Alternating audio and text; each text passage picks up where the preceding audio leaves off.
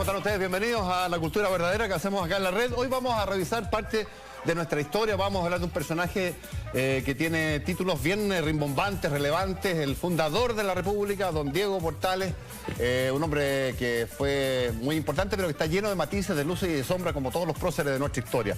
Eso lo vamos a hacer en la segunda parte del programa. Antes, vamos a hablar de un documental que yo creo que es, lo pude ver yo, es bien extraordinario, que está estrenándose en estos días en Chile. Se llama Los Niños, un documental chileno dirigido por una chilena y que ha recibido varios premios, varios galardones. El último recién el mes pasado, leo acá, en mayo, fue el mejor documental, fíjense, en la competencia oficial del Docs Barcelona en 2017. Bueno, ha querido estar con nosotros la directora de Los Niños, Maite Alberdi. Maite, bienvenida, muchas gracias por estar acá, sentada, instalada, conversando de este documental, que yo te decía antes de empezar, me quedó la sensación de que más que un documental, te lo quiero preguntar a ti, me quedó la sensación de que era una película con una trama que tenía un principio, un desarrollo y un fin bien dramático, que tiene de historia de amor, de historia laboral, que tiene de tropiezos, de frustraciones, de un montón de cosas típicas de un argumento de una película más que de un documental. Yo no sé si te han planteado esto, pero da la sensación que es más una película que un documental. Sí, totalmente, y esa es la intención del documental. De alguna manera a mí me interesa hacer documentales que uno usa la realidad para construir las historias, pero que el espectador sienta que está frente a una película como cualquier otra, donde, como bien dices tú, hay un guión, hay una narrativa, pasan cosas. Me pasa mucho que la gente que la ha visto en festivales internacionales me dice, pero ¿cómo se aprendieron ese guión estos personajes? Y yo les digo, no había guión, es su vida real. Eso es lo mágico, porque sí, se combina un guión que parece serlo, pero que en el fondo no lo es el mero registro, ordenado y guiado, pero un registro. Es que para mí, como espectador, es importante ir al cine y que me cuenten una historia, y yo quiero ver que pasen cosas. Entonces yo como directora, si bien trabajo con la realidad, que a veces es más maleable y menos concreta, sí, trato de filmar mucho tiempo, cosa que yo pueda realmente ver que mis personajes se desarrollen y que les pasen cosas, que es lo que habría que contar, Maite, porque esto está estrenado, pero no todos los que nos están viendo hoy día lo han visto. La sala se estrenó en 25 salas, que es una cantidad apreciable. 10 salas comerciales y 15 salas alternativas. La pueden ir a ver los niños. Es un seguimiento a un grupo de niños que tienen síndrome de edad, de niños que no son niños, digamos, que son personas, son adultos en realidad. Esa es la curiosidad, y te voy a preguntar después por qué le ponen los niños. Porque es una ironía, me imagino yo también en el título, o un reclamo. No sé lo que es, pero todos van, los sigues yendo a un colegio en el que han ido desde que son niños hasta que ahora son adultos de 40, 50 años. Un colegio especial, y en ese escenario es donde ocurre esta trama, ¿no es cierto? Y ahí es donde se da este registro, esta situación de ser... a ver, yo no... Te sigo insistiendo, para mí es una película, ¿no? No puedo referirme a ella, me encanta que le digas película, si hay que decirle película, contradicción decirle documental, fíjate. Película. Ahora, vamos con, ¿por qué le pones Los Niños? ¿Qué hay de ahí? Como dices tú, es un título totalmente irónico, porque nos hemos acostumbrado como sociedad a mirarlos como niños, siendo que ya son adultos. Los protagonistas de la película tienen 50 años y están cansados de ir al colegio, cansados de tener la misma vida y claro, sin ningún cambio. Entonces uno se pregunta, ¿cuándo uno es adulto? ¿Cuando tiene 50 o efectivamente cuando ha tenido posibilidades de cambio en la vida que ellos no han tenido? Estamos viendo el tráiler en este minuto, si te parece. Vamos, veámoslo y escuchémoslo. Oye, ver Los Niños es una experiencia enteramente atrapante. De verdad que yo lo vi sin interrupción de una, tuve ese privilegio. Antes de que se estrenara, días antes que se estrenara. ¿Qué quisiste, o por qué quisiste registrar y contar esta historia, Maite? ¿Qué intención tenías? ¿El mero registro? ¿Querías transmitir algo diferente, adicional al registro? Sí, habían varias cosas que yo quería contar que me parecían importantes. Primero que nada, que dejemos de verlos como niños y que pensemos una sociedad donde las personas con síndrome de Down han llegado a ser adultos, que antes no pasaba porque la expectativa de vida era de 25 años, hoy día es de 60, entonces estamos frente a la expectativa de vida de ellos cambió hace 60 ¿La del país, años. Pero la de ellos también? No, la de ellos, radicalmente. Cuando ellos nacieron, a sus padres les dijeron que iban a vivir máximo hasta los 25, hoy día la expectativa de vida es de 60 años, por lo tanto... De tal suerte que puede que sobrevivan a sus padres y queden... Claro, y papás que no pensaron solos en eso. En la vida. Entonces están quedando solos y tenemos que aprender a mirarlos y darles nuevas posibilidades. Ahora, se aprobó la ley de cuotas hace un par de semanas y las empresas van a tener la obligatoriedad de contratar un porcentaje de personas con discapacidad intelectual y pagarles el sueldo mínimo, cosa que antes no pasaba y que es lo que se enfrenta uno de los personajes de la película. Muestra un poco ahí la precariedad económica en la que está uno que requiere... Bueno, hay una historia de amor, hay un chico y una chica ahí, que son adultos ya de 40, 50 años, que quieren casarse. Sí. Y se enfrentan al Estado, se enfrentan a la iglesia. Y a la familia. Y a la familia, simultáneamente, pero también al impedimento económico. Totalmente, y eso es lo más importante. El novio intenta comprarle un anillo, sí. Y él ganaba 5.000 pesos. Claro, y no le alcanzaba para el anillo. Y el anillo costaba 10 veces eso. Claro. Entonces, claro, ahí está la precariedad también. Es clave, porque en realidad uno no puede pensar en matrimonio, no puede pensar en nada si no tienen una base económica y si no tienen trabajo, que creo que hay que pensarlo así. Y lo otro que me interesaba también hacer con la película, que fue algo que yo aprendí con ellos y que aprendí pasando mucho tiempo ahí, es que vi personajes muy distintos. No todos ellos son iguales, no tienen ninguna característica común. Lo único común que tienen es que tienen síndrome de Down. Pero Ricardo quiere un trabajo y quiere ser independiente. Andrés con Lanita quieren tener Andrés con una Lanita vida... son la pareja que se quiere casar. Que claro, quieren casarse, es como una historia de amor. Y la Rita, que es más infantil, y lo único que quiere es que le regalen comer y que la saquen de la dieta y que le regalen una Barbie para el cumpleaños. Entonces... son todos distintos y son sueños igual de válidos. Entonces a mí me cargan y me empezó a dar mucha rabia como el estereotipo y encasillarlos. Creo que es una película que te muestra que no hay por dónde encasillarlos, que hay diversidad, que entre ellos también tienen que ser muy tolerantes unos con otros porque son distintos, y es una invitación a eso. Siento a ver cualquier grupo porque uno empatiza con personajes que pensaría que jamás empatizaría o sí, jamás hay mucha reacción de empatía en quien la vea. De verdad que es bien impresionante eso. Y la fatalidad de sus destinos también está en una condición, o en esa condición que tienen, que no pueden eludir, pero que por ahora, en tu registro, no hay manera de eludir socialmente. No, hoy día, por lo menos, mira, yo ya filmé hace 2 años y siento que de 2 años hasta ahora, por lo menos ya el tema del trabajo está empezando a cambiar y a fluir y a hacer tema, y creo que cada año que pasa hay muchas organizaciones trabajando para que vaya cambiando, pero creo que tenemos que tomar conciencia del tema de la adultez. Creo que es clave, y de no pensar que todos van a ir o que todos quieren lo mismo. A mí también me molesta mucho cuando me hablan como que se acaben las escuelas especiales, por ejemplo. Y uno dice, la integración está total. bien, claro, pero no para todos, porque si uno ve la película hay personajes como la Rita que están felices en la escuela especial y que es el lugar para ella. Entonces creo que hay que integrar respetando esta diversidad y no tratando de igualarlos totalmente, porque entre ellos hay muchas diferencias también. Un apunte interesante, Maite, sobre el desempeño de los protagonistas.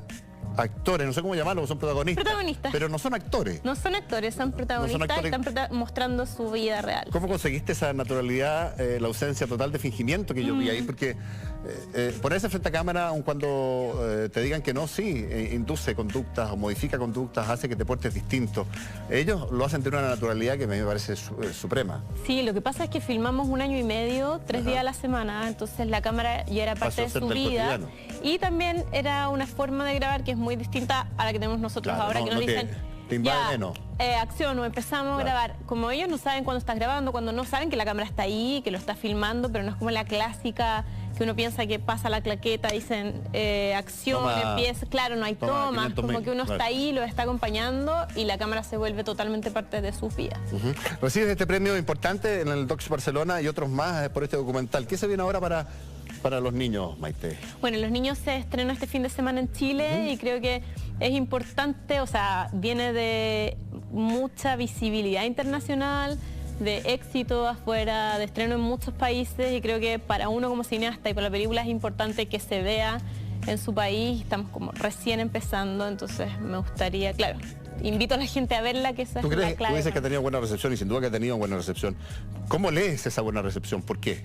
Mira, es bien increíble porque en realidad, si uno piensa, es una película que funciona muy distinto en cada país, porque los contextos sociales para las personas con síndrome de Down son muy distintos. Entonces, por ejemplo, yo la estrené en Holanda donde las personas adultas con síndrome de Down tienen edificios que construyó el Estado y donde viven independientes con tutores y tienen, por ejemplo, un restaurante abajo donde ellos trabajan y hacen su sueldo ahí, pero totalmente protegidos de manera independiente. Tiene un micromundo independiente y un poco amurallado del resto. Pero no, se relacionan con la sociedad, van a ver a sus padres el fin de semana, viven solos, pero viven solos cada uno en su departamento, tienen tutores, funciona como un modelo bien ideal. Entonces tú están en un contexto completamente distinto al nuestro.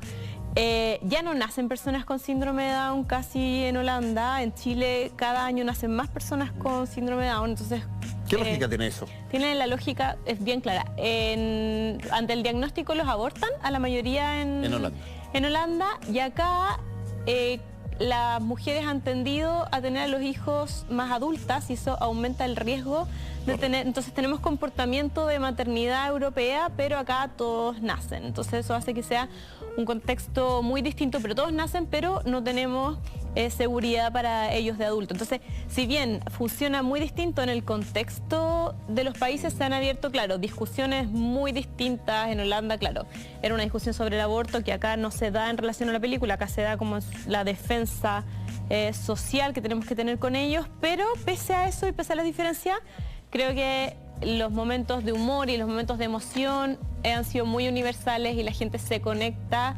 de manera bastante abierta con estos personajes. ¿Alguna similitud con la 11, Maite, no? Sí, tiene similitudes importantes. Yo creo que el humor... La 11 es otro de tú. Sí, es el documental anterior, que es de un grupo de amigas que se junta a tomar el té una vez al mes desde hace 60 años. Creo que tiene dos cosas en común, el humor y la emoción, que uno se conecta con personajes que también pensaría, a mí me decían, bueno, y estas señoras, estas viejas tomando té, ¿a quién le van a importar? Y al final uno las veía y decía, oye, sí, igual a mi abuelita, igual a mi mamá, no sé qué. Con ellos pasa un poco lo mismo, siento que uno se conecta con la empatía de estos personajes y también la 11 y los niños tienen esto de seguir a los personajes en un micromundo. La 11 la seguía solo en la mesa, acá los acompañamos en el colegio y yo siento que es importante pensar que desde los micromundos se refleja la sociedad, como que uno puede hacer un panorama social a veces desde pequeños espacios y sin tener que ir a todos los lugares. ¿Y cómo lees tú que haya recibido tantos premios los niños? A mí me impresiona porque recibe el de Barcelona, tú no eres nueva en premios en el Festival de Documentales, para nada, has tenido 3 o 4 en ese Festival de Barcelona, ¿no? En el de Barcelona está el tercero. El tercero, sí. Claro. Pero ha recibido más que ese premio los niños. ¿Por qué tan premiado? ¿Qué le pasó al mundo del documental, el mundo del registro audiovisual con los niños? Sí, yo creo que tiene dos cosas. Una, que es una película visualmente atractiva, que como tú decías, parece una película. Es una película. Y es sorprendente en esa visualidad, que es una película bonita de ver.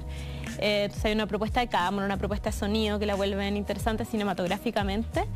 Y tiene apuestas también arriesgadas, como una película que decidimos, por ejemplo, dejar a todas las personas que no tienen síndrome de Down fuera de cuadro. Entonces es un mundo que entra y ves solo personas con síndrome de Down en toda la película. Entonces, tiene elementos sorprendentes y que el público agradece. Y también yo creo que combina dos cosas que el documental debe tener a veces, que es como un tema social importante, por eso ha funcionado afuera, es como que te está mostrando una realidad que hay que conocer y hay que descubrir, y al mismo tiempo esto de personajes con los que uno se identifica y que son empáticos y que son graciosos, y historias también universales, como todos queremos trabajo, todos queremos una vida de pareja, todos queremos salirnos de la dieta, entonces en eso tú derribáis mitos totales, porque el conocimiento es bastante acotado de la masa de los chilenos comunes y silvestres que no han tenido la experiencia cercana de qué es lo que aspira, piensa, cree, cómo vive un niño, un adulto en este caso, con síndrome de Down. Es bien interesante a mí me pasó eso. Sí, yo no he tenido familiarmente esa experiencia y me sorprendió mucho el contenido, además de que es tal cual. Con un lenguaje tal vez diferente. Sí. Y con limitaciones evidentemente diferentes. Pero, y no sé si te pasó, pero el nivel de profundidad y de sus reflexiones para mí es sorprendente. El del novio, recuérdame cómo se llama. Andrés. Él es un filósofo. No, un filósofo, y Ricardo también. Y el novio que, claro, le dice, porque muere su padre, y le dice que para mí fue muy emotivo. Y justo había muerto mi madre también, entonces como que yo tuve una como un entendimiento de la muerte muy distinto gracias a él, que la Consuela le dice, la muerte no existe, claro. La gente está en tu corazón y sigue viviendo. Así como, sí, eso es, pero como lo dice con las palabras precisas que nadie sabe qué decir en ese momento, él llega a una profundidad en esa reflexión que de verdad te toca. Y tienen esas salidas todo el tiempo que te sorprenden porque como dicen lo que necesitabas decir en realidad. Eso es ¿qué esperas para terminar, Maite? Se nos va el tiempo, nos vamos a despedir con el tráiler mostrándolo otra vez.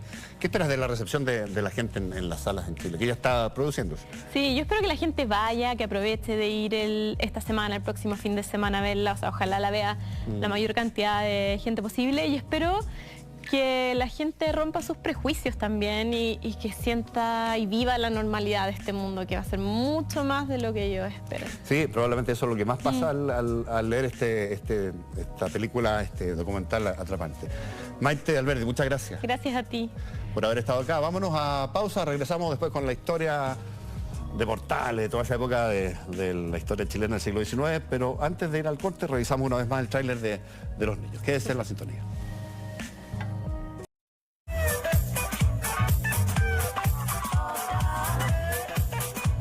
Bien, estamos de regreso a la cultura verdadera. Yo decía antes del corte que hoy íbamos a hablar de un personaje que ocupa un lugar destacado en la historia de Chile, ocupa el estatus para algunos, ¿no es cierto?, de ser el gran, o haber sido el gran artífice de la República, del Estado de Chile, del Estado en forma, como lo llaman algunos, basado en un gobierno fuerte, autoritario, ordenado. Se trata tiene 4 nombres este señor: Diego, José, Pedro, Víctor, Portales y Palazuelos. ¿Es así o estoy en un error? ¿No? Sí. Mira.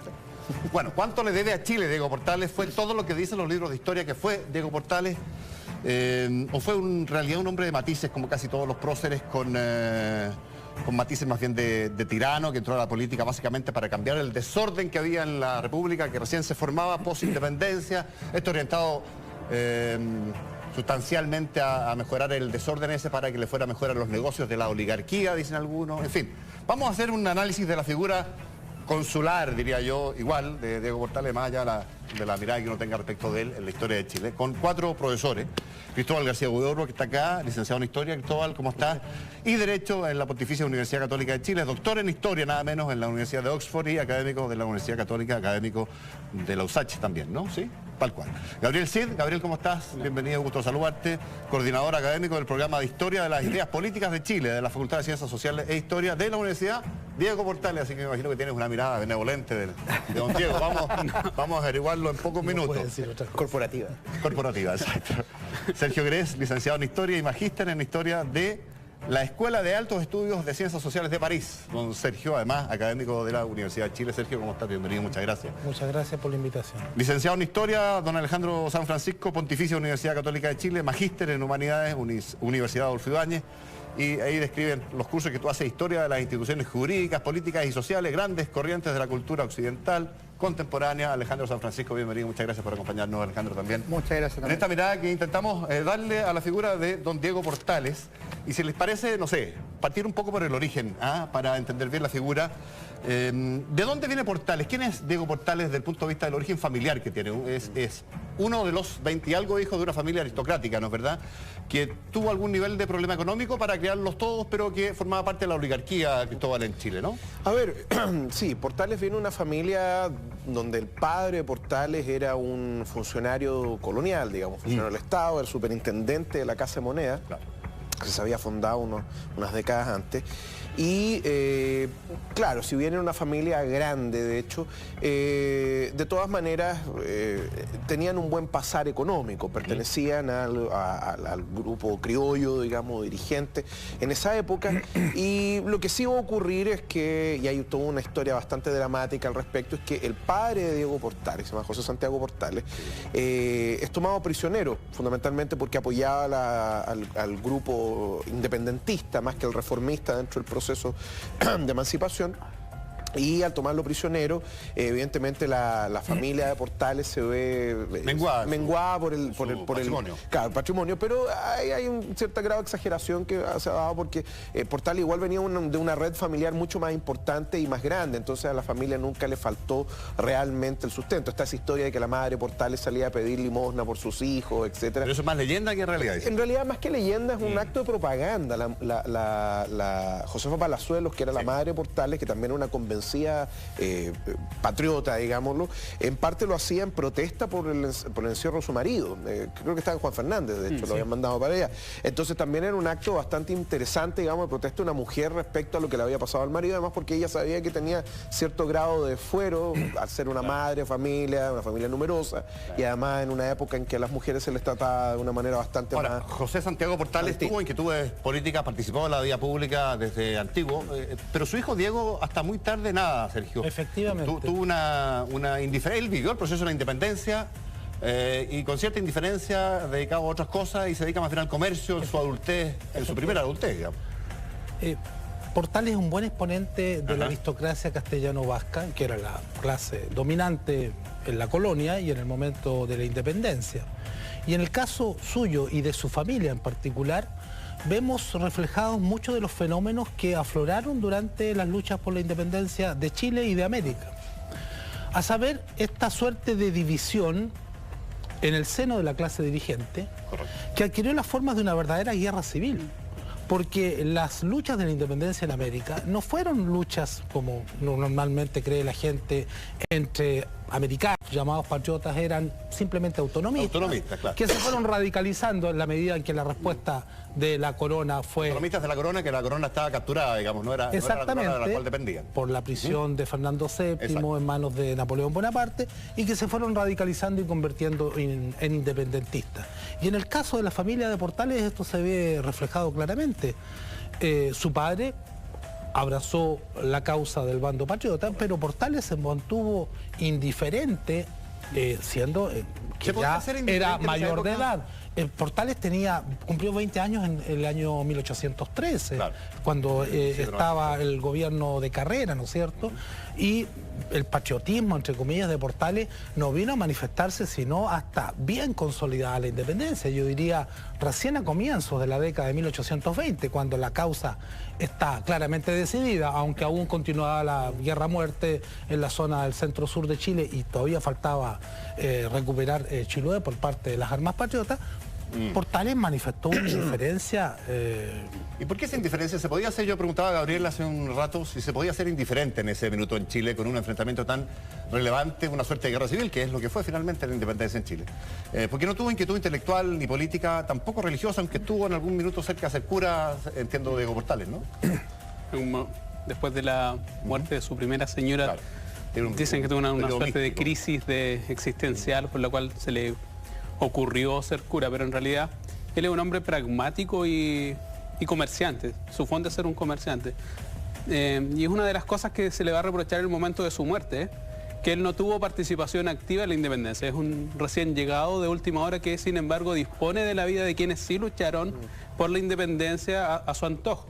Va a ser uno de los reproches en los cuales más va a insistir la oficialidad Pipiola en la década del 30. Pipiola liberal, ¿no? Pipiola liberal. Un recién llegado que no arriesgó nada en la independencia, sin embargo dispone de ellos, que sí se la jugaron en tiempos de la independencia y los manda a una guerra que... Sería súper interesante eso de los pipiolos, que fueron los grandes enemigos de Portales en su minuto, ¿no? ¿Verdad? ¿Quiénes eran los pipiolos, los liberales? Y nos estamos saltando etapas, yo sé, Cristóbal, pero...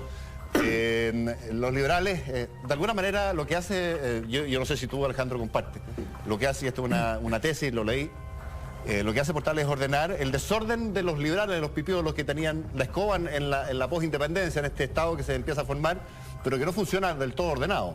Es una cuestión que habría que matizar. Portales en los años 20 ya tenemos sus primeras definiciones políticas, si bien él parte una de sus cartas de 1822 diciendo que a él las cosas políticas no le interesan, sí podía pronunciarse como cualquier patriota, como cualquier persona interesada en el bien público respecto a cuál es el mejor sistema de gobierno. Y en ese sentido él se manifiesta contrario a dos fórmulas. A la democracia que tanto pregonan los ilusos. De manera mucho más grosera que es un absurdo en los países como los nuestros, donde las personas están llenas de vicios, y a la monarquía porque venimos saliendo de una terrible para volver a otra, y ¿qué ganamos? Entonces él se pronuncia, pero es como performativa su definición, en favor de la república, diciendo que la república es un gobierno... ¿De qué manera se enmarcaba entre democracia y república, Portales? Lo que pasa es que él dice que es republicano en 1822, dice que es partidario de la República, entendido la República como un gobierno fuerte y centralizador, cuyos hombres sean modelos de virtud y patriotismo que enderecen a los hombres por el camino del orden y las virtudes. Eso ya lo dice el año 22. El año 22, pero termina diciendo, venga después el gobierno completamente liberal, libre y lleno de ideales, que vendría a ser una democracia. Porque en los años 20 hay una gran discusión semántica, Gabriel es especialista en historia conceptual, una gran discusión semántica sobre qué significa democracia, qué significa república. Y república tiene una definición de no monarquía primera, y en el caso de democracia, en cambio, en ocasiones se asemeja a una de las formas de república y en otra ocasión incluso parece una anarquía. Tú, Cristóbal, estás ahí como con inquietud. Claro. O sea, cuando dije lo procas que era Portales, te saltó al tiro la... O sea, sí, en primer término quería, ¿cómo se llama?, completar algo que decía Alejandro. El término democracia también se tiene como gobierno popular.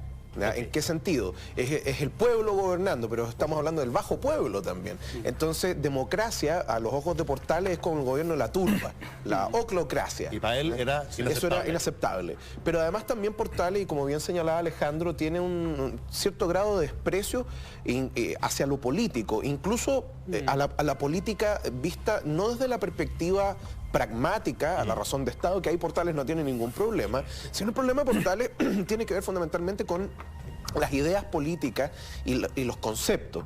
Me acuerdo de la carta de Garfia del año 34, porque Portales no escribió nada, no tiene libro, no es un intelectual, nada. A través de sus cartas. Lo tomamos a través de sus cartas. Y Portales, de hecho tengo la carta acá, si no te importa, digámoslo, es la carta del año 34 sobre lo que es la Constitución. ¿Cuántas groserías tiene? No, ninguna, pocas. En este caso. Si quieres podemos ver la otra, que es otra que tiene mucha grosería. Esa no hay ningún problema. Es impactante. Dice, Valparaíso, 6 de diciembre de 1834, mi don Antonio, el que era Antonio Garfia, y están hablando fundamentalmente... ¿Quién es Garfia para Portales? Antonio Garfia es un amigo que también es comerciante de él, es un gran amigo de Portales y se va a convertir como su brazo derecho. Entonces le dice... A propósito de una consulta que hizo don Mariano, se refiere a Mariano Egaña, relativa al derecho que asegura la Constitución sobre prisión de individuos sin orden competente del juez, pero en los cuales pueden recaer fuertes motivos que traman oposiciones violentas al gobierno, como ocurre en un caso que sigo con mucho interés y prudencia en este puerto, el bueno don Mariano me ha contestado no una carta, sino un informe. No un informe, sino un tratado sobre la ninguna facultad que puede tener el gobierno para detener sospechosos por sus movimientos políticos. Bueno, en definitiva, le dice, en resumen, dice, al seguir el criterio del jurisperito Egaña, frente a la amenaza de un individuo para derribar la autoridad, el gobierno debe cruzarse de brazos mientras, como dice él, no sea sorprendido infragante. Entonces, como los hombres de ley no pueden, con los hombres de ley uno no puede entenderse, y así, ¿para qué carajo sirven las constituciones y papeles si no son capaces de poner remedio a un mal que se sabe existe, que se va a producir y que no puede conjurarse de antemano tomando las medidas que pueden cortarlo? En definitiva, Portales está diciendo, sabemos que se está tramando una conspiración. Antes de que ocurran los hechos, tomemos los prisioneros. De hecho, al final dice, sobre el tema de la Constitución y la ley, dice, si yo, por ejemplo, apreso a un individuo que sé que está urdiendo una conspiración y violo la ley, maldita ley. Cállese. Y después habla sobre la Constitución diciendo que hay que violar la una señora que hay que violarla cada cierto tiempo. No, dice un poco más preciso. Cada vez que sea necesario. Dice, cada vez que sea necesario, cuando las circunstancias sean extremas. Suena impresionante la descripción de un personaje respecto al cual no sabemos que tenía estas convicciones. A ver, de saltarse la ley de vez en cuando es una cuestión que... Pero decirlo cuando las circunstancias sean extremas. Lo que pasa es que el tema es que incluso cuando las circunstancias son extremas, tú no te puedes saltar la ley porque lo es un único que te ampara frente a la barbarie. Exacto. Pero Portales decía, claro, porque los hombres de bien somos mejores, entonces... Sergio, puede venir. Sí, en realidad, a decir verdad, Portales era un ultra reaccionario. Era todo lo reaccionario que se podía hacer en aquella época, post-independencia, sin llegar a ser abiertamente monarquista, porque ya la monarquía había sido derrotada y evidentemente no se podían levantar las banderas de la monarquía. Pero muchos historiadores o pensadores liberales del propio siglo XIX, Lastarria entre otros, vieron en el Portales y su régimen una especie de retorno solapado a la monarquía. una suerte de retorno, en algunos planos, al antiguo régimen. Y dieron elementos de juicio para ilustrar sus afirmaciones, como por ejemplo la devolución de propiedades incautadas a la Iglesia, la reposición del diezmo que había sido abolida por los gobiernos patriotas, además de una serie de medidas de, entre comillas, orden social, de disciplinamiento social en contra de los sectores populares, más particularmente, pero en contra de los derrotados pipiolos en la batalla del Ircay. El año 30. El año 30. Portales tenía una famosa frase, ¿no es cierto?, que ha sido citada por muchos historiadores, por varios de nosotros probablemente. El orden social se mantiene en Chile gracias al peso de la noche. ¿Y qué es lo que era el peso de la noche? Según el propio Portales, era esta suerte de sujeción casi automática de la masa a la autoridad.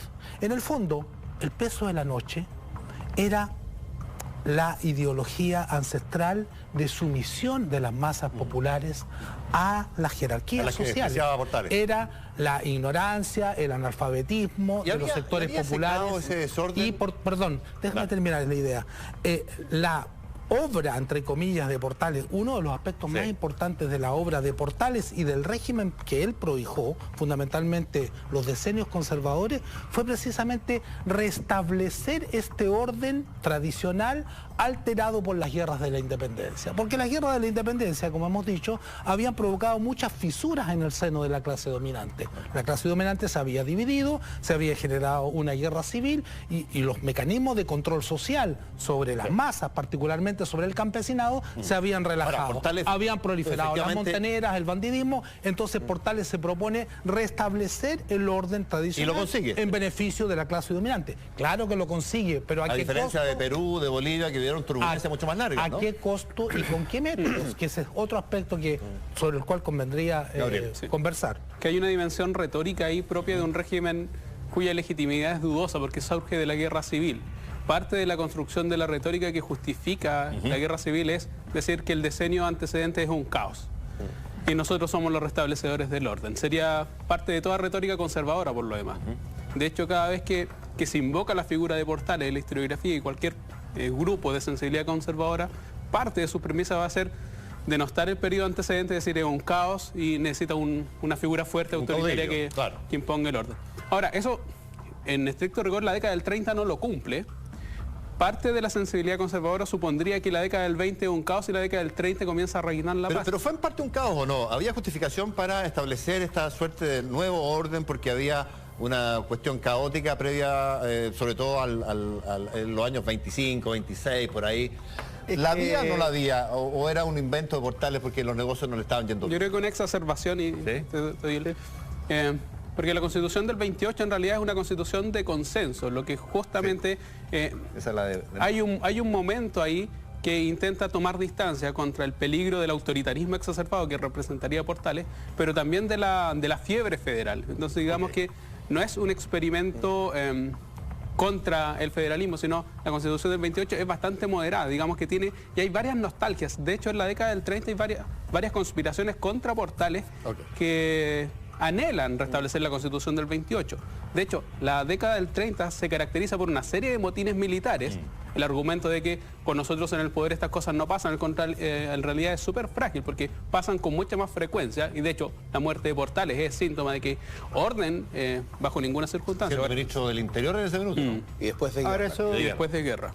Eso es verdad que hay que matizar las cosas y que siempre en esto hay utilización política de la realidad histórica cuando uno justifica una guerra civil o el establecimiento de un régimen.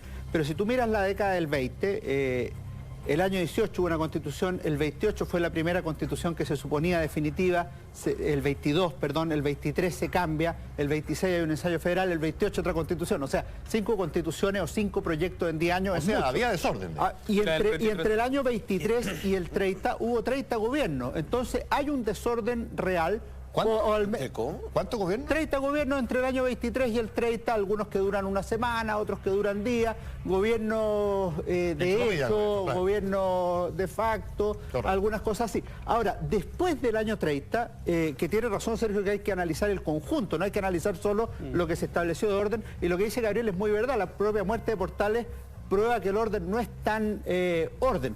Pero si tú lo miras en el largo plazo, los gobiernos siguientes, Prieto, Bulnes, Montt, Pérez, duran 10 años cada uno, 2 gobiernos de 5, y luego Errázuriz, Pinto, Santamaría, Balmaceda también dirigen sus gobiernos con una estabilidad que no conocen otros países. Y al menos desde fuera de Chile y desde Chile se crea esta como autoimagen de excepción honrosa en América del Sur, que es una creación... Pero es una excepción honrosa, Alejandro, porque efectivamente entre el año 40 y el año 60 Chile tuvo 2 gobiernos y en Perú y en Bolivia hubo entre 15 y 20 cada uno. Sí, pero no? 2 guerras civiles. Sí, a eso me refiero. 2 guerras civiles, la del 51 y la del 59. Y numerosos alzamientos militares, como se decía acá, en la década del 30 y también tentativas de alzamientos militares en la del 40 y un motín en Santiago que costó alrededor de 200 muertos, el de Urriola, el 20 de abril de 1851, que es el precedente directo de la guerra civil que va a cerca de la mitad del tiempo en estado de sitio. Esto no fue una taza de leche. Esto no fue una taza de leche.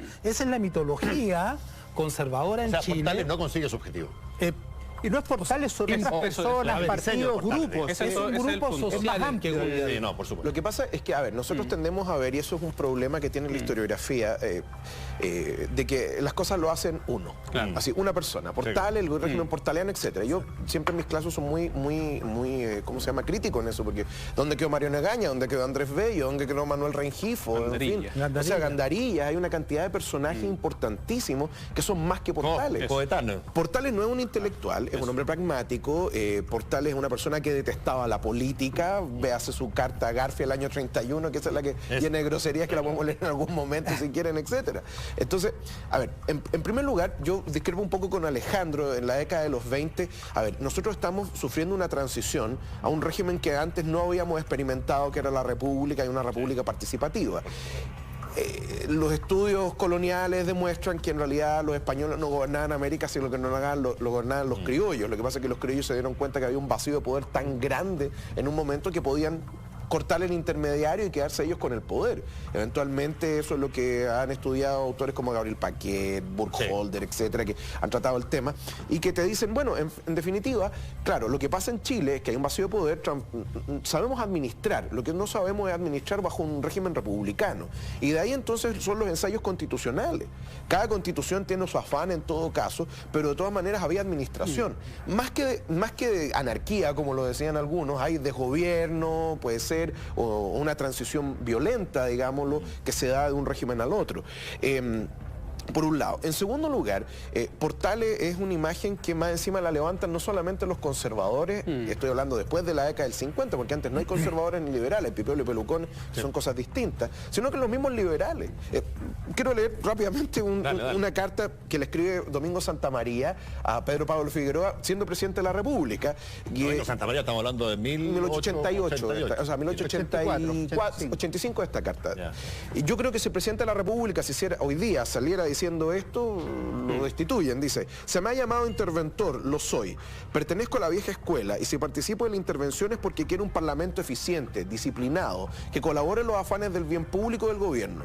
Tengo experiencias y sé a dónde voy. No puedo dejar a los teorizantes deshacer lo que Portales, Bulnes, Montt y Errázuriz hicieron. Montt lo exilió 2 veces a Santamaría y aún así es uno de sus referentes. Y Portales ni hablar. Porque además yo discrepo en todo caso con el profesor Grey. Son los liberales los que arman también el mito portaliano. Ese es Vicuña Maquena a través de su biografía de Portales. Porque los liberales son parte del régimen portaliano. Este se extiende a lo menos hasta 1891. Hay algunos historiadores, yo no estoy de acuerdo con eso, que lo extienden incluso hasta 1925. Pero hasta 1891 el régimen ideado y asentado por Portales es más o menos el mismo. Hay que hacer sí una distinción entre la República Conservadora, la que se mantiene hasta 1861, y la República Liberal hasta 1891. En el sentido de que durante las décadas liberales el régimen que había sido tan duro, sobre todo en las décadas del 30 y del 40, se empieza a suavizar.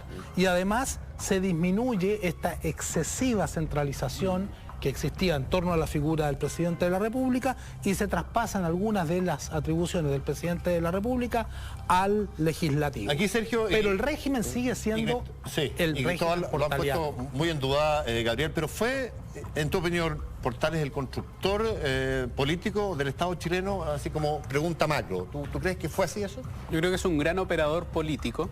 Pero no tiene más mérito que ese. Pero no tiene más mérito que ese. Digamos, un estadista lega a la posteridad algo más que una carta, que cartas repletas de grosería y donde hay que leer a contrapelo para... Y porque a cargo de que lo eligieron renunció, si lo eligieron vicepresidente de la República, dijo que no estaba para... Pero hay otros arquitectos, digamos que si uno habla de régimen portaliano, más bien es porque hay cierta institución que pervive y que trasciende a la persona.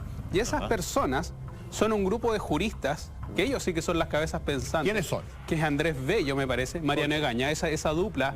Manuel José Gandarillas, Vicente Bustillos, creo que son las cabezas pensantes las que logran establecer el llamado constitucional. ¿Por Portales en su grupo más cercano? No, de hecho a Portales no le interesa ni siquiera el debate de la... De hecho, a Mariano Egaña le decía Lord Callampa. Sí, es un pobre diablo, no me interesa ninguna discusión constitucional. Entonces, tenía un desprecio por la política. Y algunos de ellos, como el más ilustrado de todos, Andrés Bello, terminaría distanciándose de muchos aspectos de la acción de Portales. Por ejemplo, me imagino que lo conversaremos, de los métodos de disciplinamiento social, el presidio ambulante, los carros ambulantes, que eran algo degradante, es decir, eran jaulas, verdaderas jaulas para animales, donde se ponían a los presos para llevarlos a realizar obras públicas. Y ahí vivían, hacían sus necesidades, sufrían las intemperies del tiempo.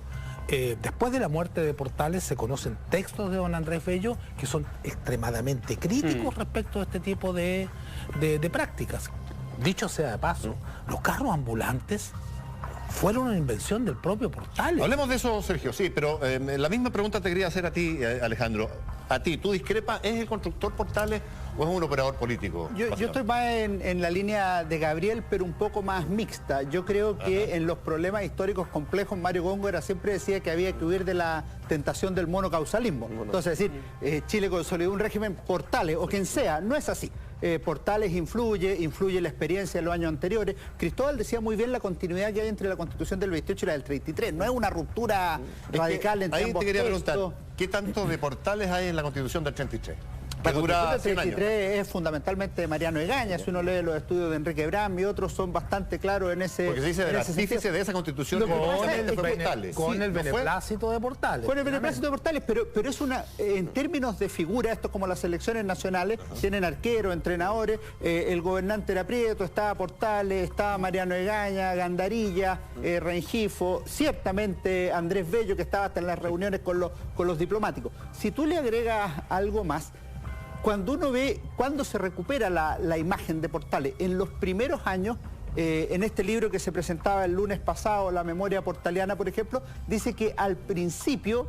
Muéstralo si quieres a esa cámara, Alejandro. Al principio, tras la muerte de Portales, de inmediato, obviamente, hay homenajes del obispo, hay homenajes del presidente de la República. Claro. Pero después, cuando uno sigue la prensa de distintos sectores, ellos valoran el régimen conservador. Cuando se llega ya a mediados de siglo, empiezan a valorar el régimen portaliano. Entonces se empieza a construir esta memoria portaliana como esta suerte de ícono que ya en la segunda mitad o en el segundo gobierno de Manuel Montt queda bastante graficado porque los sectores políticos lo usan en su favor. Ahora, esa Constitución, Cristóbal, no era Portales entonces. No, para nada. ¿Era Egaña y distaba de Portales o con la venia, como dice Sergio? O sea, a ver, yo antes quería agregar algo más que decía Alejandro. Es tan notable el tema de la memoria Portales que, por ejemplo, el juez instructor de la causa que ve el asesinato Portales, que el juez Álvarez, le escribe una carta a Manuel Montt, que Manuel Montt se dice que es un paladín del régimen portaliano. Mentira, Manuel Montt trabajó un mes con Diego Portales y nunca más, digamos. Y de hecho Portales, o sea, Montt tenía una opinión bastante distante de Portales, fundamentalmente porque lo encontraba inmoral, ¿no? Pero lo encontraba un fantástico arquitecto político. El juez Álvarez le dice a Manuel Montt, es una lástima que haya muerto, pero qué bueno que esté muerto. Porque es como la figura de un padre opresor. porque Chile jamás habría podido crecer si Portales hubiera seguido vivo, porque no lo habría dejado desarrollarse. Entonces, ahí hay un tema que... Qué curioso lo que dice, jamás hubiera podido crecer, no lo hubiera dejado desarrollarse en materia política, dices tú. En todo sentido. ¿Por qué? Porque finalmente es como el padre castigador y al mismo tiempo opresor. Es como decir, Juan José, tú estás haciendo todo mal. ¿Pero qué pasa cuando muere Portales? ¿Qué es lo que se abre ahí? Es que ahí está el punto, porque de ahí lo que ocurre es lo siguiente. Primero viene todos los homenajes y viene toda esa construcción primera de la que habla Alejandro y que Gonzalo Arenas trata bien en el libro, sino que además también está el tema, como dice Gabriel, que después se distancia el asunto y se empieza a hablar después del régimen portaliano, ¿ya? Como te decía, como un ícono, ¿ya? ¿Por qué? Porque es mucho más difícil decir que el régimen le pertenece a muchos. Claro. Cuando tú lo vuelves monocausal es mucho más fácil enseñarlo del primer lugar en las escuelas, ¿no? Entonces, por un lado, y con respecto a lo que tú me preguntabas, a ver, yo de la opinión, yo discrepo un poco de ciertas investigaciones, fundamentalmente porque yo estoy trabajando en algo de eso, que la Constitución del 33 también tiene varias fuentes. Una de ellas, principalmente, es la Constitución del 28. Tanto así que tú haces la comparación de los textos, no difieren tanto, casi idénticos. No, pero hay un aspecto en el cual hay una diferencia enorme. La Constitución del 28 intentó establecer una suerte de sufragio semi-universal masculino.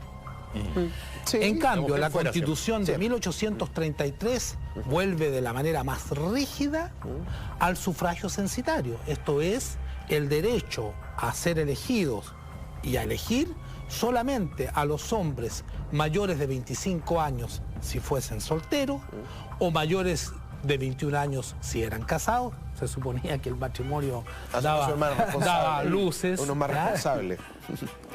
Que supieran leer y escribir y que pagaran un determinado nivel de impuestos bastante elevado, lo cual excluía a la inmensa mayoría de la población, ni que hablar de las mujeres, por supuesto, que estaban excluidas en todos los países del mundo, pero también a la inmensa mayoría de la población masculina.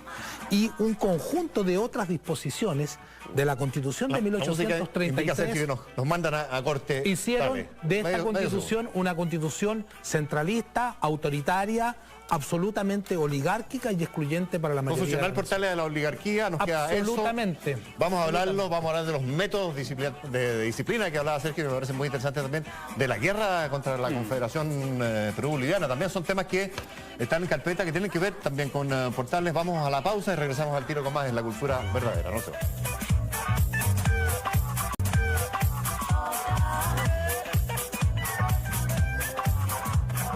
Estamos de regreso en Cultura Verdadera, revisitando, revirando esta figura de Diego Portales Palazuelos.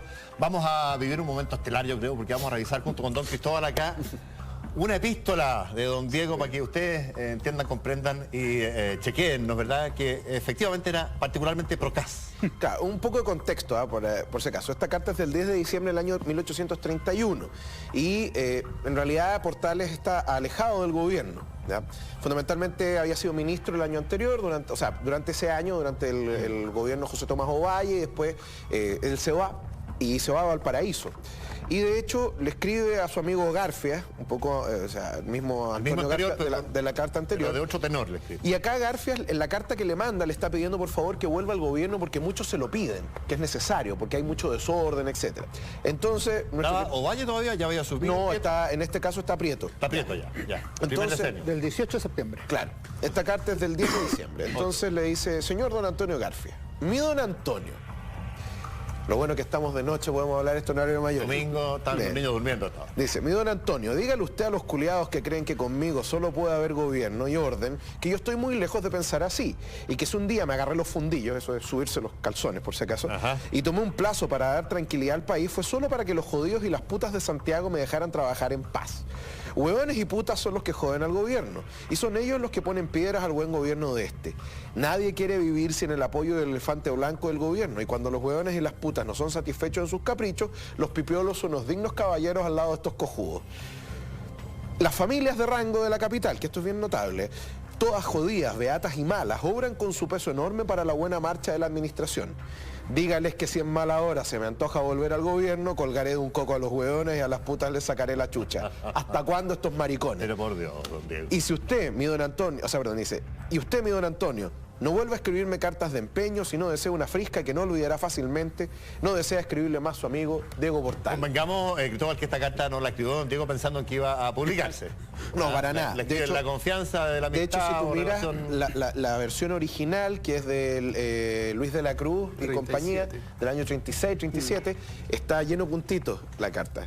Pero son puntitos que representan cada una de las letras, son censura, en definitiva. La Universidad Diego Portales, en 2004, lo publicó por primera vez sin censura. ¿El año 90? No, 2004. 2004, 2004. Ahora, el tema es el siguiente, más allá de lo procaz del lenguaje, que es entretenido y chistoso, y uno se da cuenta que hay garabatos que son tan antiguos como 1830, claro. El tema es que Portales es una persona que desprecia la política, no quiere estar en política, no le gusta. No quiso ser presidente. No quiso ser presidente ni vicepresidente tampoco. ¿No quiso ser presidente? A ver, ¿No quiso ser vicepresidente? Lo eligen vicepresidente y renuncia. Eso es, sí. ¿No? Pero hay cartas de Prieto en que le dice que él debe ser el presidente y no tiene ningún interés en ser presidente. Y Prieto dice, no, yo lo que tengo que hacer es cuidar la retaguardia. Vuelvo entonces a la pregunta original, Sergio, a lo mejor tú tienes una versión de esto. Sí. Está en la política, Diego Portales entra a ordenar el mapa que estaba, ¿para qué? Funcionar a la oligarquía termina siendo, fue siempre su plan S. ¿Qué mirada tienes tú? Sí, hay que tratar de elevarse por encima de estas anécdotas un tanto picantes y pintorescas del personaje. Hay que tratar de comprender qué intereses servía Diego Portales, a qué sectores sociales representaba y cuál era su proyecto, si es que tenía un proyecto de sociedad en mente. ¿Tú lo dudas? Yo no creo. Yo creo que sí. Portales representaba a la aristocracia castellano-vasca, la clase social de la cual él venía, más particularmente aquel fragmento de la clase dirigente que tenía la hegemonía, que logró la hegemonía del proceso independentista y de la construcción del Estado Nacional. Me estoy refiriendo a la aristocracia terrateniente y a los grandes comerciantes dedicados, como él mismo, a la exportación y a la importación, asentados en torno al eje Santiago-Valparaíso, con exclusión de otros sectores de las clases dirigentes, y me estoy refiriendo fundamentalmente a los sectores de la oligarquía del Norte Chico, cuyo principal punto de asentamiento era Copiapó, hasta ahí llegaba Chile, más o menos en la época, y a los sectores dirigentes de la zona de Concepción, porque hasta ahí llegaba el país por el sur, ya que el Gualmapu era territorio independiente, salvo algunos islotes de presencia del Estado de Chile más al sur del Biobío. Pues bien, estos sectores sociales son los que vencen en la guerra civil de 1829-1830 e instalan una pesada hegemonía sobre el resto de las regiones y de las clases sociales del país. Es decir, acá fueron excluidos no solo los sectores populares, también sectores de las propias clases dirigentes de los dos extremos del país, puesto que los sectores que gobernaron, se hicieron con el gobierno, con Portales a la cabeza, los excluyeron de los beneficios del auge de la economía primaria exportadora. Por ejemplo, gravaron fuertemente las exportaciones metálicas que representaban los intereses de la protoburguesía minera que estaba asentada en el Norte Chico.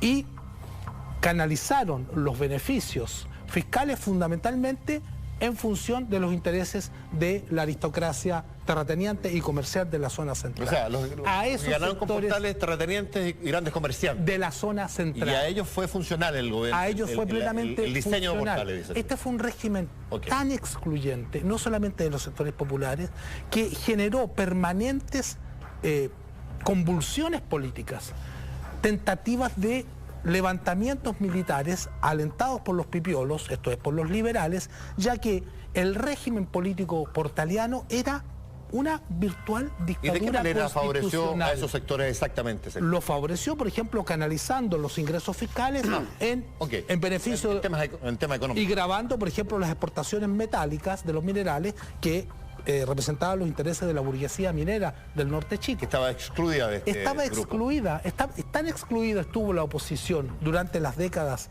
de la República Conservadora que jamás los opositores lograron elegir un solo senador, jamás en 30 años.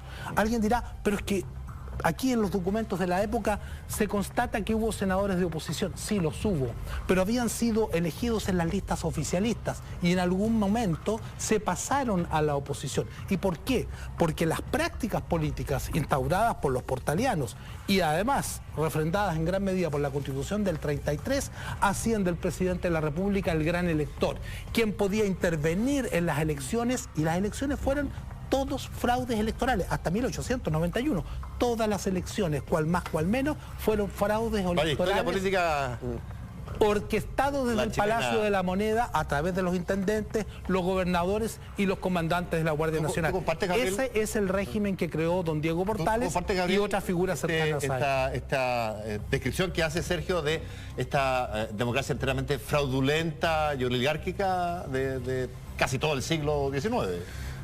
Me parece que es una condena a la cual hay que hacerle varios matices, partiendo de la base que hay fraudes en Estados Unidos, en Inglaterra, en Francia, hay una historiografía copiosa que si fuera solo por medir si solo vamos a medir la existencia de la democracia por la ausencia de fraudes y por el sufragio universal masculino, todo el siglo XIX no tiene democracia.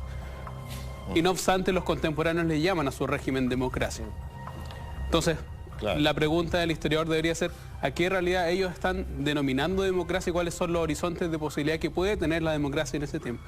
Una cosa interesante es que en esto sí Portales tiene una reflexión que puede ser considerada de cierto peso intelectual, que es su reflexión sobre la democracia. Porque nosotros tendemos a pensar que república y democracia, por ejemplo, son sinónimos. Y en realidad no lo son en la época, están lejos de ser sinónimos. Al contrario, los recelos de Portales respecto a la democracia son bastante transversales en la época. Nosotros también suponemos que la democracia es altamente valorable y en realidad hasta bien entrado el siglo XIX, hasta la década del 40, la democracia despierta más rechazos que adhesiones. Y es recién en la década del 40 cuando las personas comienzan a movilizarse en función de la democracia y esta parece ser el régimen político al cual hay que aspirar. Pero si uno lee la historia del siglo XIX en función de que existen fraudes electorales, intervención del gobierno, que las hay, si nadie lo está negando, y lee la historia de la democracia en función de midiéndolo a través del rasero del sufragio universal, uno se queda que en realidad el siglo XIX no tiene democracia en ninguna parte del mundo. ¿Pero qué? ¿La democracia en el siglo XIX? Depende, sobre todo en las décadas de la República Conservadora. Depende cómo uno la conceptualice. Para algunos es Estado de Derecho. Hay dimensiones mínimas de democracia. El mismo régimen de Pinochet se autodenominó democracia. Es un concepto tan amplio y por lo tanto tan manipulable que da lugar, incluso si uno dice que la democracia consiste solamente en la existencia de Estado de Derecho y de elecciones, inmediatamente una persona, por ejemplo, los miembros del Partido Democrático, y tú lo sabes muy bien, tienen una visión profundamente distinta de la democracia. La democracia es leída en clave de igualdad y de participación popular. Digamos que la misma palabra te puede dar confrontaciones para decir, no existe democracia porque democracia es esto. A lo sumo existió una democracia de las élites en Chile a partir de la década de 1860. Es la clave de lectura del Partido Democrático. Cuando se instaura un régimen más competitivo en el seno de las propias élites. Pero tú, sobre esto quería hacer un apunte. Yo creo que quizá el profesor Grech tiene un problema conceptual en alguna parte. No tengo ningún problema conceptual. O sea, porque tengo mis conceptos muy claros. Bueno, entonces hay un problema factual. Porque no tenemos las mismas ideas. Hay un problema factual porque no se puede decir que, por ejemplo, la aristocracia penquista quedó fuera del régimen. Si los dos primeros presidentes del régimen conservador son, en definitiva, de Concepción, tío y sobrino, partiendo por eso, donde primo hermano iba a ser el sucesor de Bulnes, pero no ocurrió. Entonces, por un lado. Segundo, hay una cuestión que no cuadra ahí. Si efectivamente lo que el profesor Grech señala es así, entonces, ¿cómo alguien me puede explicar que todas las asonadas movimientos autonomistas, profederalistas en algunos casos, o proautonomistas en otros, fundados en algunas doctrinas que son incluso de carácter colonial durante la década del 20, que llevan a la disgregación del poder político y donde las provincias se oponen a Santiago y le doblan la mano, ¿ya? Partiendo con la revolución de 1829-30, que parte con un conflicto regionalista, o sea, provincialista entre Concepción y Santiago, ¿cómo entonces eso no siguió después? ¿Cómo que no siguió? Las guerras civiles de 1851 pero las guerras y 1859 se originan precisamente en Concepción y en Copiapó y La Serena. Sí, y no son alzamientos regionales combinados con la oposición pipiola En los 20 años anteriores no fue posible, pero hubo muchas tentativas de levantamiento militares, porque hay una pesada hegemonía de un régimen que tiene características dictatoriales. El presidente de la República dispone de facultades extraordinarias, decretado el estado de sitio, se suspende el imperio de la Constitución. Esta era una dictadura legal la que existía en las décadas de los 30, 40. Alejandro, tú seguramente vas a querer expresar tu opinión sobre esto, y te quiero llevar también a lo que fue la guerra contra la Confederación Perú-Boliviana, que fue, no sé cómo lo leen ustedes, la antesala, volviendo Portales a su muerte y a su paso a la historia, a su elevación al mito, y lo conversamos en comerciales. Probablemente si no hubiera sido asesinado Portales, hubiera sido más bien olvidado o archivado en la historia, más que ocupar el sitial que tiene hoy día. Sobre la democracia, yo creo que la mejor manera de entenderlo, porque evidentemente es un gobierno autoritario o dictatorial, el régimen, sea de Portales o no sea de Portales. En segundo lugar, también es evidente en los hechos que hay alternancia en el poder, hay cambios de gobierno, lo que John Lynch llama el test de no caudillismo, que se produzca esta posición, también es un hecho. Que hubo guerras civiles, las hubo, y en otras ocasiones quiso haberlas y no resultaron. ¿Qué dicen más o menos las fuentes que pasó en el siglo XIX? Yo creo que Julio Samuel Valenzuela tiene razón cuando dice que lo que hubo es una democratización tipo vía reforma. Y lo que hay en los sistemas políticos es eso.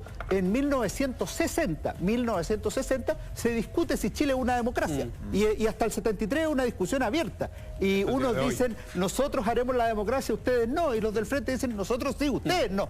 De manera tal que es un concepto que si lo llevamos hasta sus últimas consecuencias, efectivamente está en la línea de lo que Gabriel llamaba horizonte de posibilidades o concepto en disputa que existen históricamente. Y el segundo punto es respecto de si Chile fue o no una excepción. En esto siempre hay una exageración, hay una especie de autoimagen construida para vender en el exterior y adintra. Pero también es cierto que es muy especial que sea un país que en 60 años no haya ningún gobierno que sea depuesto por la fuerza frente a otros gobiernos. Y esto es algo que no lo dice ni Portales, ni Prieto, ni sus acólitos. Lo dice Balmaceda en 1890, dicen 30 años no hemos tenido ninguna guerra civil ni un solo golpe militar. Lo dice Eduardo Frei Montalva en distintos textos y lo dice Allende en su discurso en las Naciones Unidas. Desde 1830 hasta hoy prácticamente nunca la Constitución ha dejado de ser aplicada. Entonces esta autoimagen chilena, por un lado, es también una imagen percibida desde el exterior. Y el último punto para entrar y dejar a Gabriel, que es el especialista en guerra contra la Confederación, es que tienes razón tú. Si Portales no hubiera muerto, esto es lo típico que nos tienen vedado los historiadores, ¿qué hubiera pasado? Sí, claro. No lo podemos saber, pero sí podemos suponer que a Portales lo beneficia la muerte, el tipo de muerte y el momento de la muerte. Su asesinato como ministro de guerra en ese minuto, en ejercicio, durante un levantamiento de un regimiento en Quillota, correcto, en el año 87. Y en un momento en que Portales muere siendo una promesa política, muere siendo un actor político. Inacabada, digamos, tenía perspectiva. Equivalente a lo que fue Julio César en Roma, por ejemplo, que evidentemente es una forma de morir que conviene a pasar 30 o 40 años vegetando antes de morir fuera de la política. Echemos la guerra de la Confederación, si te parece, Gabriel. ¿Y cómo determina Portales o cómo influye Portales en que esta guerra se realice y Chile la enfrente? Yo creo que de todos los escritos que tiene Portales, el único donde hay más seso político, una visión como estadista. Estratégica. Negando que él sea un estadista, es la única en la cual uno puede inferir que él tenga una visión de Estado y consistente y sistemática, es la famosa carta en la cual él justifica la declaración de guerra contra la Confederación. Ahí hay una idea respecto al lugar de Chile en el Pacífico Sur, al equilibrio de potencias, pero es interesante que la declaratoria de guerra se funda, y esto es paradójico, en la fragilidad del régimen. El gran temor de Portales es que desde la Confederación Perú-Boliviana, liderada por, y tiene antecedentes, la expedición de Freire, el 36, atenten o movilicen el descontento contra su propio régimen. Él sabe que está pisando sobre un piso bastante frágil. Él tiene temor de que desde Perú y Bolivia se exporte la guerra civil a Chile. Y una vez movilizado el descontento contra él, quedemos sujetos a una suerte de dependencia económica de la Confederación, por su peso demográfico, por su peso económico. Pero en ese momento yo creo que es el momento donde Portales despliega una visión geoestratégica de peso que da para llamarlo así como... ¿Tú suscribes eso, estadista. Víctor? En parte, yo estoy de acuerdo con lo que dice Gabriel, pero siempre hay una exageración que se hace también de esta visión hacia el Pacífico, del comercio, etcétera. Pero es curioso, fíjate tú que Portales, el año 1826, siendo miembro del Consejo de Cuando Estado, decide vender la Armada. vende la Armada. O sea, y es uno de los votos favorables a vender todos los barcos de la Armada, y cito textual el acta, dice, porque ya no tiene ninguna necesidad. Ya éramos independientes ya. Claro, no tiene ninguna necesidad, se le vende a la Provincia Unida del Río de la Plata, Argentina. Pero es verdad, lo que dice Gabriel es cierto. Y quizás uno de los primeros casos, digamos, los modernos de guerra preventiva. De guerra preventiva. De guerra preventiva. Gabriel y Alejandro, vámonos a corte y regresamos ya con la última parte de este Cultura Verdadera sobre don Diego Portales.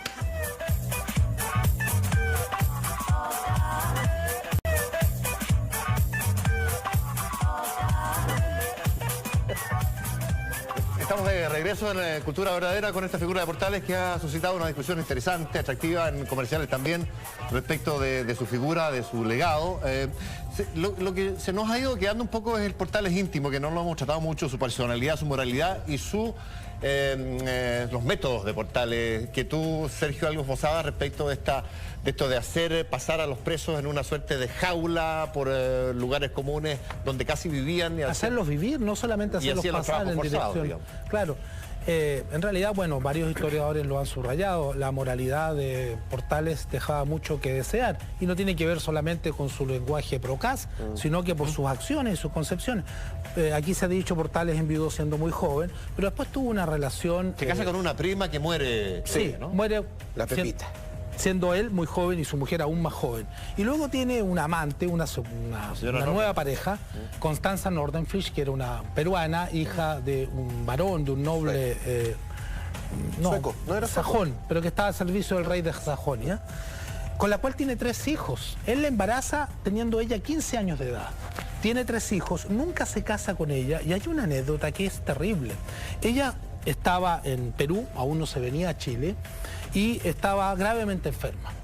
Y entonces él le escribe a su amigo Garfias, que estaba en Perú, diciéndole que para cumplir una promesa que le había hecho a Constanza Nordenflich, por poder se casara en su nombre con ella, pero solo si estaba seguro de que la muerte de Constanza era inevitable. En lo posible, ojalá después de muerta, para estar seguro. Se lo describe tal cual en la cara. Se lo describe tal cual. Sí, desafortunadamente para Portales, doña Constanza Nordenflich no murió, sobrevivió.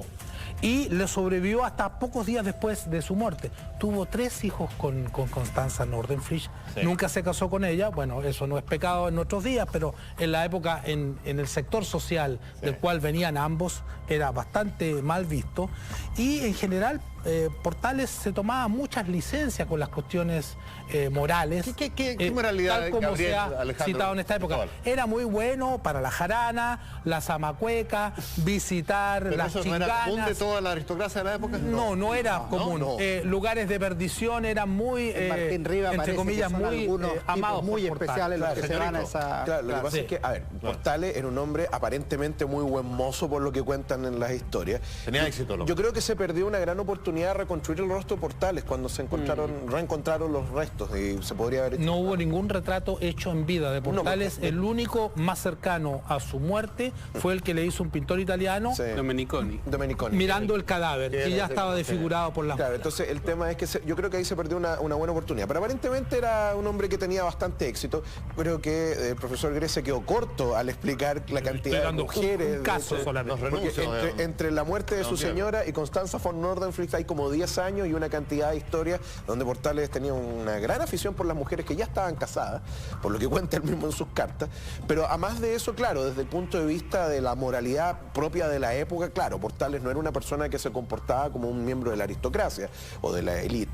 Y lo mismo ocurría que lo que conversábamos recién. Portales era un hombre que le gustaba el baile, la vihuela, la guitarra, Pero etc. te preguntaba si era costumbre de la aristocracia, porque pero para nada. de tener una conducta tan disipada y esto ser público y notorio, hubiera recibido el castigo social que lo hubiera impedido ascender al poder. No, porque ahí está el punto. Tú puedes permitirle a un individuo tener ciertos pecados.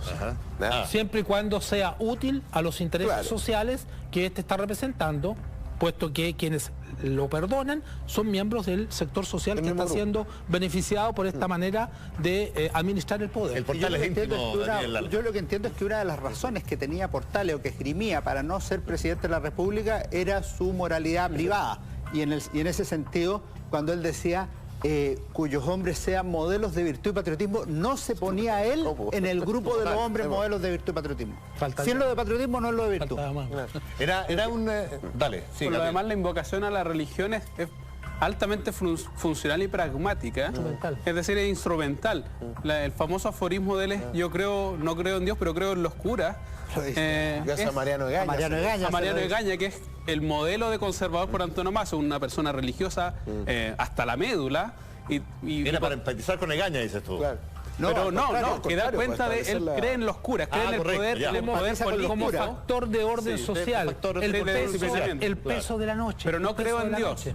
Claro, es decir, que no hay ética y no hay... Claro. Entonces Portales no es el único gobernante en la historia que Portales en ese sentido, claro, sin ser un gran intelectual, lo que está hablando en definitiva, y lo hace en otras cartas también, en otros textos, es precisamente que él cree en la razón de Estado, despojada en definitiva de todo elemento moral. Suena una mezcla entre Maquiavelo y Keynes. Pero la razón de Estado se tocan hasta hace poco tiempo también en nuestra historia más moderna. Yo me comprometí a preguntarle a Sergio si efectivamente es verdad que le encuentra algo bueno a Diego Portales y qué es lo que le encuentra bueno, y me dijo antes de entrar al programa que se va a sorprender acá García Huidobro. Hay un aspecto hay un aspecto en que hay que reconocerle a don Diego Portales bastante perspicacia política, y fue el haber captado en fecha muy temprana el peligro que representaban para las repúblicas hispanoamericanas los Estados Unidos de Norteamérica. El año 1822, si mal no recuerdo, en ese año el presidente Monroe, norteamericano, formula la famosa doctrina que lleva su nombre: América para los americanos, subentendido para los norteamericanos, como una amenaza a las potencias europeas, sobre todo la Santa Alianza, para que no intentaran intervenir en América apoyando las tentativas del rey de España de recuperar sus colonias. Portales le escribe una carta a su amigo Sea, en marzo del año 22, en que, quiero leer algunos extractos, le dice lo siguiente: parece algo confirmado que los Estados Unidos reconocen la independencia americana. Aunque no he hablado con nadie sobre este particular, voy a darle mi opinión. El presidente de la Federación Norteamericana, el señor Monroe, ha dicho: se reconoce que la América es para estos. Cuidado con salir de una dominación para caer en otra. Hay que desconfiar de estos señores que muy bien aprueban la obra de nuestros campeones de liberación sin habernos ayudado en nada. He aquí la causa de mi temor. ¿Por qué ese afán de Estados Unidos en acreditar ministros, delegados y en reconocer la independencia de América sin molestarse ellos en nada? Vaya un sistema curioso, mi amigo. Yo creo que todo esto obedece a un plan combinado de antemano, y ese sería así: hacer la conquista de América, no por las armas, sino por la influencia en toda esfera. Y sigue la descripción de la política norteamericana.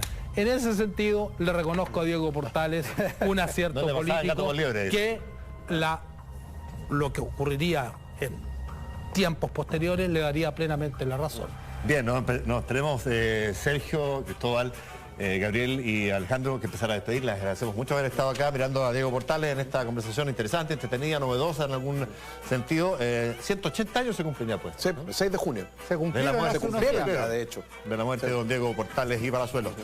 Diego, déjame, aquí tengo.